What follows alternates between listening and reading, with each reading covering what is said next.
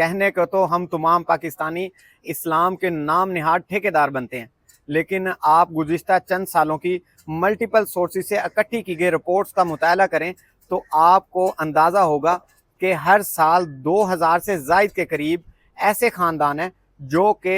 शादी से सिर्फ इसलिए इनकार कर देते हैं कि उन्हें उनकी मतलूबा डिमांड के मुताबिक जहेज़ नहीं दिया जाता या लड़की वाले जहेज़ अफोर्ड नहीं कर पाते। और ये वो नंबर्स नहीं हैं जो कि जहेज़ की वजह से शादी से इनकार किया जाता है, ये वो नंबर हैं जो कि बारात लड़की के घर की दहलीज पर जाने के बाद वापस मोड़ दी जाती है। और इन लोगों को जो जहेज़ के मतलब तलबगार होते हैं, उन लोगों को थोड़ा सा सोचना चाहिए कि किसी की बहन या बेटी के साथ इस तरह का जुल्म नहीं करना चाहिए। और इनको ये भी सोचना चाहिए कि जहेज़ देने की ना ही कोई रवायत इस्लाम से साबित है और ना ही कोई पाकिस्तान के आइन से साबित है।